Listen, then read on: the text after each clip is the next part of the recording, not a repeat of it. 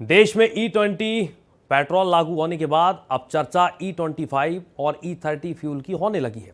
सरकार का लक्ष्य इथेनॉल ब्लेंडिंग बढ़ाकर कच्चे तेल के आयात को कम करना और किसानों की आय को बढ़ाना है। लेकिन सवाल अब यह है कि अगर भविष्य में E25 या E30 लागू होता है तो मौजूदा कारों का आखिरकार क्या होगा?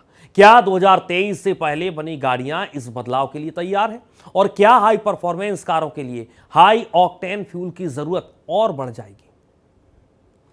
भारत में लगातार इथेनॉल और पेट्रोल की कीमत जो है बढ़ाई जा रही है। इसे लेकर जो है अब सरकार भविष्य को लेकर सोच रही है कि E20 के बाद E25 और E30 लाया जाए। देश में इथेनॉल ब्लेंडिंग कार्यक्रम तेजी से आगे बढ़ रहा है। पहले E10, फिर E20 और अब भविष्य में E25 और E30 जैसे ब्लेंडिंग पर भी विचार किया जा रहा है। E20 यानी पेट्रोल में 20% इथेनॉल और 80% पेट्रोल का मिश्रण। सरकार का दावा है कि इससे कच्चे तेल के आयात में कमी आएगी, किसानों को फायदा होगा और कार्बन उत्सर्जन भी घटेगा। लेकिन सबसे बड़ा सवाल उन लोगों का है जिनकी कारें साल 2023 से पहले बनी हैं। उस समय ज्यादातर कारों को E20 को ध्यान में रखकर डिजाइन नहीं किया गया था। हालांकि कई कंपनियों के कुछ मॉडल पहले से ज्यादा इथेनॉल मिश्रण संभालने में सक्षम थे, इसलिए हर पुराने वाहन मालिक को घबराने की जरूरत नहीं है। ऐसा कहना है ऑटोमोबाइल एक्सपर्ट का कि संदेह खत्म करने के लिए पहले अपनी कार निर्माता कंपनी की गाइडलाइन जरूर जांचें। E20 में मैडम जो पुरानी गाड़ियां हैं उसमें काफ़ी प्रॉब्लम आ रही है, लोगों की एवरेज गिर रही है और लोग काफ़ी परेशान हैं। अब नई गाड़ियों में वो कितना सक्सेस है उसका कोई आइडिया नहीं है।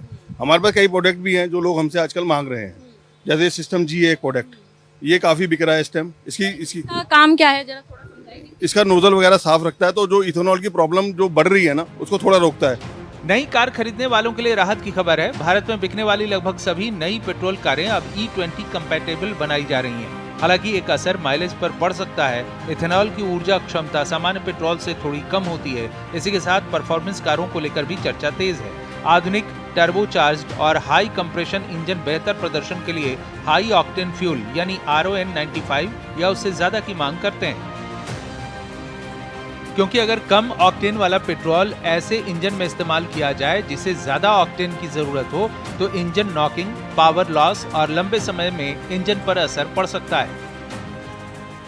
E10 में E20 नहीं चलना चाहिए और हाई प्रोफाइल में तो अगर वो बेसिकली E20 की गाड़ियां जो लेटेस्ट है वो E20 में आई हैं, E30 आएंगी, ऐसे ट्रेंड ये बढ़ता जाएगा, उसमें कोई प्रॉब्लम नहीं होने वाली। पुरानी गाड़ियों के क्या करेंगे जो लोग चला रहे हैं? आम जनता इस समय प्रताड़ित है, गाड़ियां मिसिंग कर रही हैं, गाड़ियां माइलेज जो है उसकी कम हो रही है। सबसे बड़ी प्रॉब्लम माइलेज की है।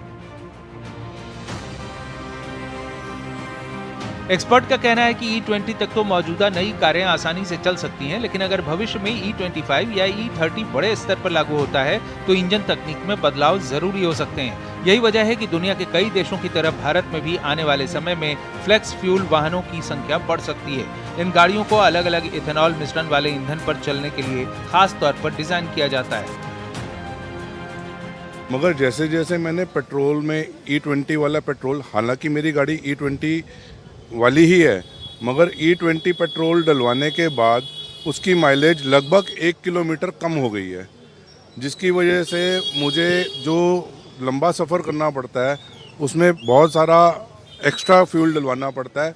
जो मेरे फ्रेंड्स हैं, मेरे अराउंड जो लोग हैं, उनको बहुत इशू आ रहा है और इस गवर्नमेंट इनिशिएटिव को मैं पर्सनली सपोर्ट नहीं करता। फिलहाल सरकार ने E25 या E30 लागू करने की कोई समय सीमा तय नहीं की है, इसलिए मौजूदा समय में E20 पर ही मुख्य फोकस है।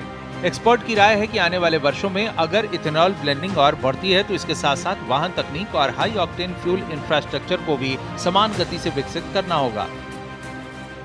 आखिरकार जो अपनी गाड़ियों के इंजन में ऐसा क्या डाले जिससे उनकी गाड़ी की सर्विस जो है लगातार सही हो, इथेनॉल की जो इश्यूज आ रहे हैं वो कम हो जाए। अब देखना ये होगा कि आखिरकार अगर सरकार की तरफ से E25 और E30 लॉन्च होता है तो क्या कुछ नया बदलता है और किस तरीके से गाड़ी चालकों के लिए थोड़ा सा मुश्किल का सामना कम होगा। कैमरा पर्सन रमेश के साथ तनु चौधरी, दिल्ली।